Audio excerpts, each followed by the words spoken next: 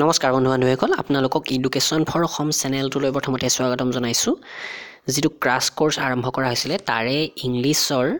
আজি প্ৰথম খণ্ডটো আপোনালোকৰ কাৰণে লৈ আহিছোঁ বিশেষ কাৰণত মই একেলগে গোটেইখিনি প্ৰভাইড কৰিব পৰা নাই আৰু যিমান সম্ভৱ মই APDCL ৰ এক্সামৰ আগতে গোটেইখিনি কমপ্লিট কৰিবলৈ চেষ্টা কৰিম কেৱল APDCL বুলি নহয় এই ক্ৰাছ কোৰ্সটো অসম পুলিচ SSC বা DHS ৰ এক্সামৰ কাৰণেও প্ৰয়োজনীয় হ'ব বা আগন্তুক আপোনালোকে সহায় হোৱাকৈ ৰিজনিংৰ ক্ষেত্ৰত বা মেথছৰ ক্ষেত্ৰত যিকোনো এক্সামৰ কাৰণে যেতিয়াই নহওক চাই ল'ব পাৰিব তো আজি ইংলিছৰ প্ৰথম খণ্ডটোত মই 35টা ইম্পৰ্টেন্ট ওৱান ৱৰ্ড সাবস্টিটিউশন অৰ্থাৎ এটা শব্দত প্ৰকাশ কৰা লৈ আহিছোঁ যিকেইটা পূৰ্বৰ এক্সামত আহিছে আৰু আগন্তুক এক্সামতো ৰিপিট হোৱাৰ যথেষ্টখিনি সম্ভাৱনা আছে তো সেই কাৰণে মই আপোনালোকৰ কাৰণে এই সেশনটো লৈ আহিছোঁ তো আহক আমি সেশনটো আৰম্ভ কৰোঁ আৰু মই ইয়াতে কোনো ধৰণৰ PDF ফাইল সংলগ্ন কৰা নাই তো আপোনালোকে অনুগ্ৰহ কৰি এইখিনি নোট কৰি ল'ব নোট কৰি ল'লে আপোনালোকৰ যথেষ্টখিনি লাভ হ'ব বহু দিনলৈ আপোনালোকৰ মনত থাকি যাব তো আজি প্ৰথমটো হৈছে one who has become dependent on something or drugs এটো নিশ্চয় গম পাইছে কোনো এটা বস্তুৰ ওপৰত ডিপেন্ডেন্ট হলে হেতু এৰিব নোৱাৰা হলে বা কোনো ড্ৰাগছৰ ওপৰত আসক্ত হলে হেতু কি কোৱা হয় এডিক্টেড কোৱা হয় বা এডিক্ট নচেৰি বুলি হিন্দীত কোৱা হৈছে তো আমি যদি অসমীয়াত কওঁ আসক্ত হোৱা বুলি কোৱা যায়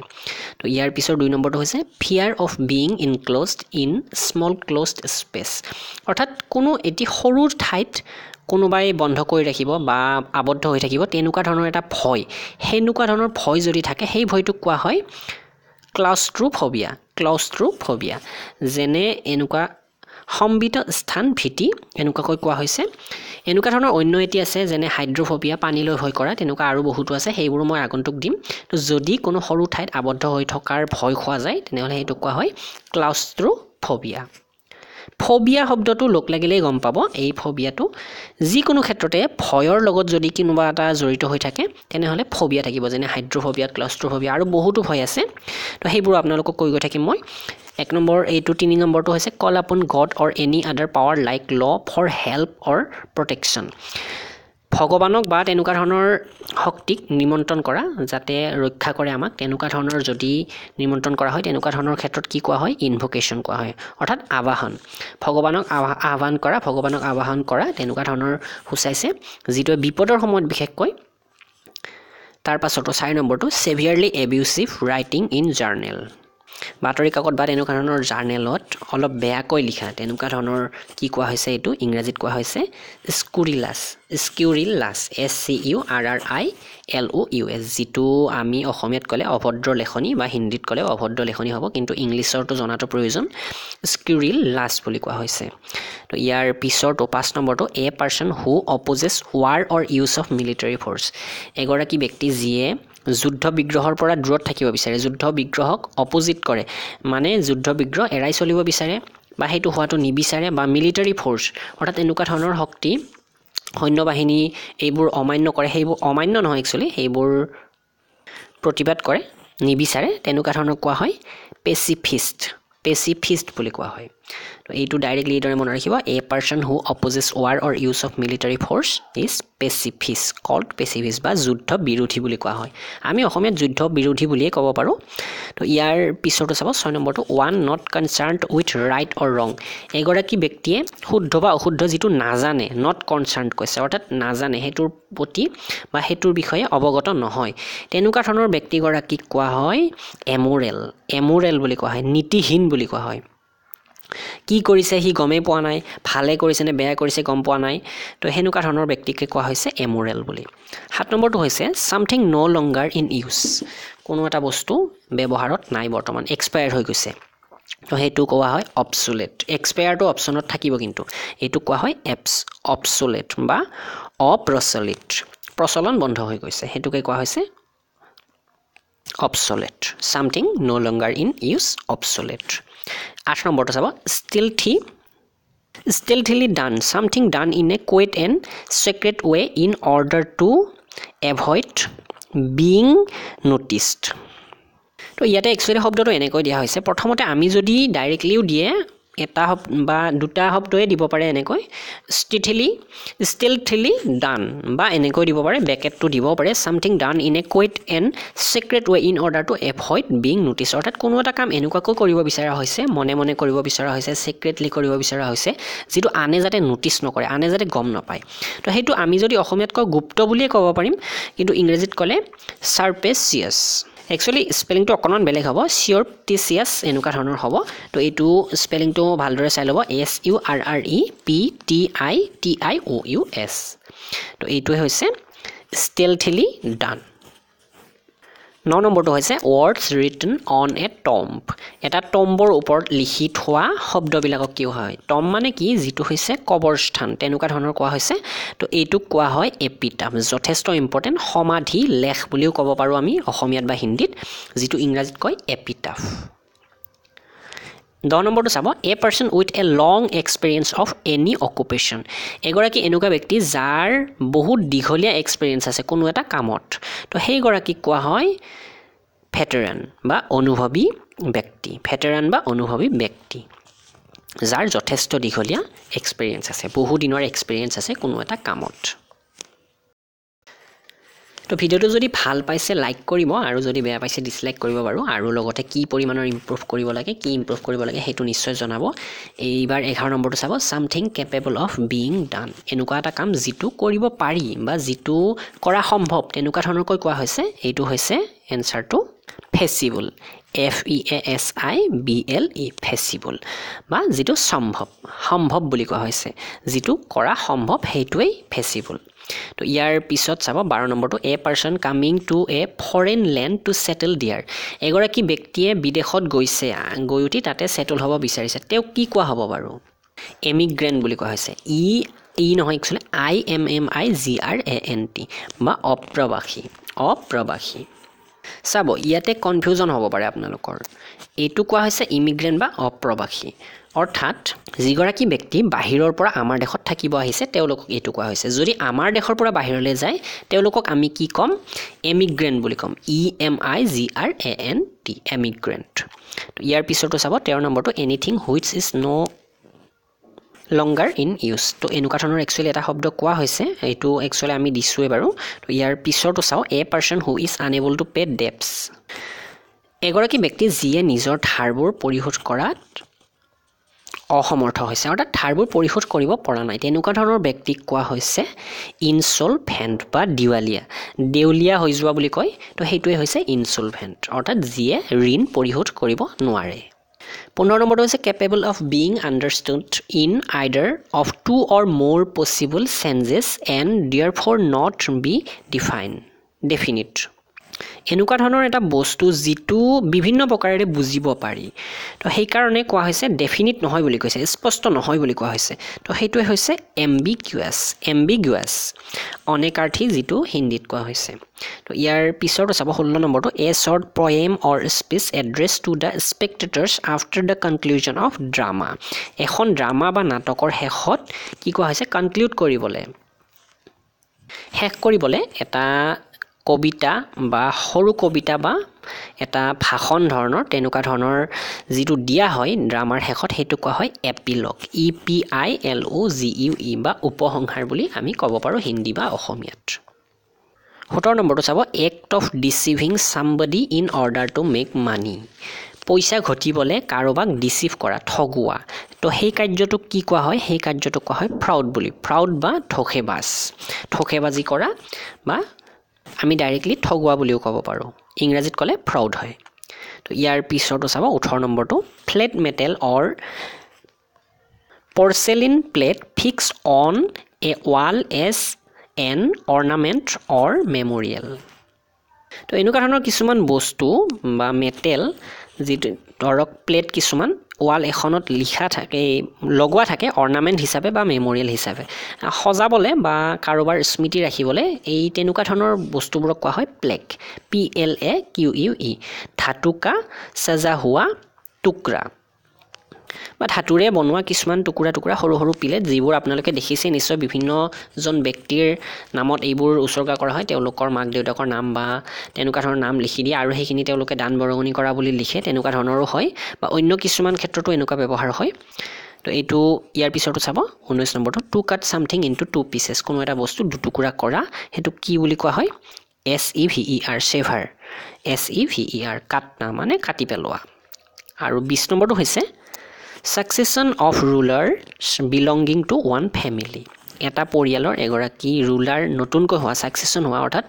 পদভাৰ পোৱা তেনেকুৱা ধৰণৰ হ'ব তো ইয়াতে হেতু কোৱা হৈছে ডাইনাষ্টি বা ৰাজবংশ ৰাজবংশতে আমি হেতু দেখা পাওঁ যেনে কি হয় আমাৰ ৰাজাৰ পুতাকবোৰ ৰজা মহাৰাজাৰ পুতাকবিলাক হে ৰজা হৈছিল তো এনেকুৱা ধৰণৰটো কোৱা হৈছে succession of rulers belonging to one family তো এইটো কোৱা হৈছে ডাইনাষ্টি 21 নম্বৰটো চাব to seize control of a vehicle in order to force it to go to a new destination অৰ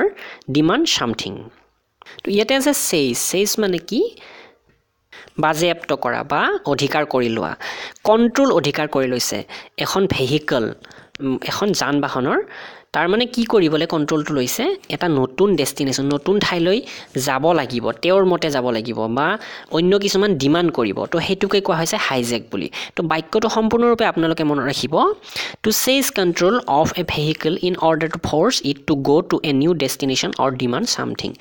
নিশ্চয় হাইজেক শব্দটো ক'ত ব্যৱহাৰ হয় প্লেন হাইজেক কৰা বুলি কওঁ যেনে প্লেনখন কিছুমান ডকাইত বা তেনেকুৱা ধৰণৰ মানুহে কি কৰে নিজৰ কবজালৈ আনি লয় আৰু ডিমান্ড কৰে কিবা এটা বা অন্য ঠাইলৈ যাবলৈ ডিমান্ড কৰিছে অমুকলৈহে যাব লাগে তালৈকে নগৈ তেনেকুৱাকৈ ডিমান্ড কৰে তো হেতুকে কোৱা হৈছে হাইজেক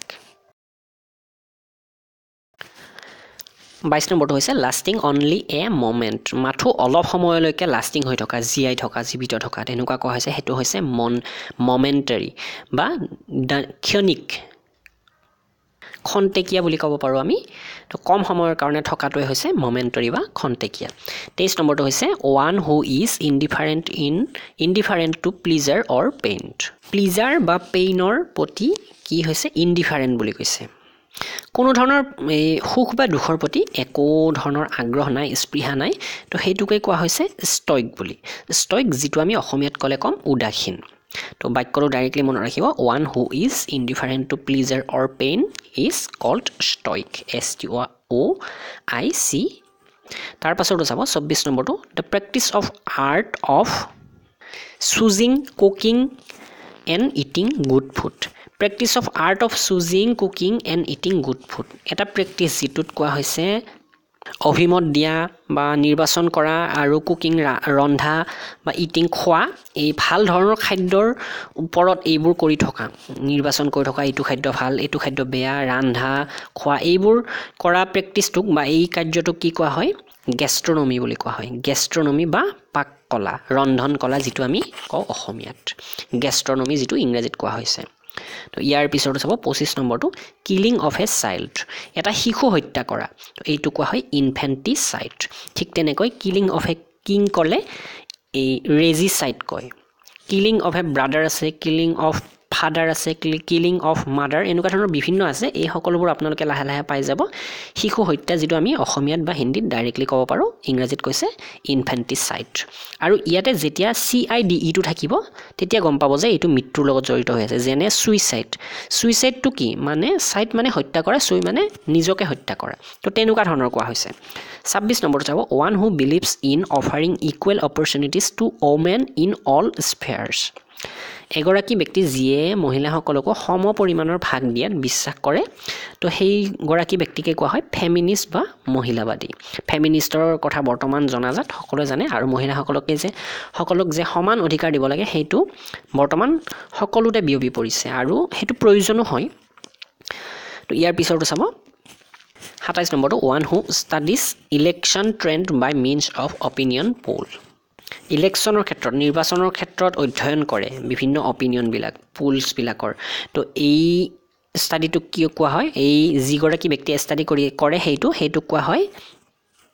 চেফোলজিষ্ট PSE এটো সে হয় উচ্চাৰণটো চেফোলজিষ্ট বা সুনাও বিশ্লেষক নিৰ্বাচনী বিশ্লেষক বা ইংৰাজীত চেফোলজিষ্ট 28 নম্বৰটো চাব এ ডক্টৰ হু ট্ৰিটছ চিলড্ৰেন এগৰাকী ডক্টৰ যিয়ে শিশু চিকিৎসা কৰে সেই দুগৰাকী কোৱা হয় পেডিয়াট্ৰিচিয়ান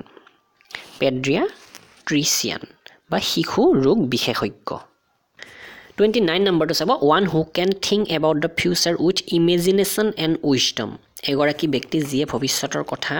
ইমেজিন কৰিব পাৰে কল্পনা কৰিব পাৰে যিটো উইজডম বুলি কৈছে নিজৰ আত্মজ্ঞান বা ধী শক্তিৰে ভৱিষ্যতটো চাব পাৰে বা ভৱিষ্যতটো ভালদৰে ভাবিব পাৰে হেন তেনেকুৱা ধৰণৰ ব্যক্তিক কোৱা হয় ভিজনাৰী বা স্বপ্নদৰ্শী বুলি কোৱা হৈছে হিন্দীত তো ইয়াৰ পিছতো চাব 30 নম্বৰটো গিভ এণ্ড ৰিচিভ মিউচুৱেলি পৰস্পৰে দিয়া লোৱা কৰা তো এইটোক কোৱা হয় ৰেচিপ্ৰকেট বা লেনা দেনা পৰস্পৰে পৰস্পৰক দিয়া লোৱা কৰিলে এইটো কোৱা হয় ৰেচিপ্ৰকেট 31 নম্বৰটো চাব এ বিল্ডিং হোৱাৰ এন অডিয়েন্স সিট অডিয়েন্স অৰ্থাৎ দৰ্শক বহা বিল্ডিংটো কি কোৱা হয় বাৰু এইটো কোৱা হয় অডিটৰিয়াম বা সভাগাৰ 32 নম্বৰটো চাব the first model of a new device কোনো এটা নতুন ডিভাইচৰ প্ৰথম মডেলটো কি কোৱা হয় তো সেইটো কোৱা হয় এনসাৰটো প্ৰটোটাইপ বুলি কোৱা হয় PROTOTYPE বা প্ৰতিকৃতি ইয়াৰ পিছৰটো চাব 33 নম্বৰটো টাফ টিস্যু ইন জইন্টছ অৰ্থাৎ কঠিন টিস্যু বুলি কৈছে কঠিন কোষ জইন্টবিলাকত যিবোৰ কঠিন কোষ থাকে সেইবিলাকক কি কোৱা হয় লিগামেন্টছ বুলি কোৱা হয় বা অস্থিৰজ্জু বুলি কোৱা হৈছে হিন্দীত লিগামেন্টছ বা হিন্দীত ক'লে অস্থিৰজ্জু 34 নম্বৰটো চাব দ্য ষ্টাডি অফ মেপৰ বিষয়ে যিয়ে ষ্টাডি কৰে সেইটো কি কোৱা হয় কেটোগ্ৰাফি বা নক্সা নবিচি হিন্দীত কৈছে ইয়াৰ পিছৰটো আৰু আজিৰ লাষ্টটো হ'ব a person who breaks into houses in order to steal এগৰাকী ব্যক্তিয়ে যিয়ে ঘৰ ভাঙিছে চুৰ কৰিবলৈ তো সেইগৰাকী ব্যক্তিক কোৱা হয় বাৰ্গলাৰ বা চোৰ বুলি ডাইৰেক্টলি কৈছে বাৰ্গলাৰ মানে চোৰ তো এইটোৱে কোৱা হৈছে a person who breaks into houses in order to steal আজিৰ এই 35টা ওৱান ৱৰ্ড সাবষ্টিটিউশন মই আপোনালোকক এইদৰে আগবঢ়ালো আৰু আশা কৰোঁ আপোনালোকে এইবোৰ নোট কৰি ল'ব PDF ফাইল যদি আপোনালোকে ডাউনলোড কৰে সেইটো বহু ক্ষেত্ৰত দেখা যায় যে এনে পৰি থাকে সেইবোৰ আৰু প্ৰায় চোৱা নহয় বহুতে চাই বাৰু সেইটো পিছৰ কথা চোৱা বন্ধুসকলে নিশ্চয় লিখি লোৱাত কোনো ধৰণৰ আপত্তি নদৰ্শায় আৰু তেওঁলোকে নিশ্চয় লিখি ল'ব আৰু আপোনালোকৰ আগন্তুক এক্সামৰ কাৰণে এই প্ৰশ্নকেইটা বা এই ওৱান ৱৰ্ড কেইটা যথেষ্ট ইম্পৰ্টেন্ট হ'ব অসম পুলিচ SSC DHS বা অন্য যিকোনো এক্সামৰ কাৰণে আপোনালোকে চাই ল'ব পাৰে কাৰণ কম্পিটিটিভ এক্সামত যে এইকেইটাই আহিব তেনেকুৱা ধৰণৰ কথা নহয় বিভিন্ন আহে যিমানে সংগ্ৰহ কৰিব পাৰো আমি যিমানে মেটেৰিয়েল সংগ্ৰহ কৰিব পাৰো সিমানেই ভাল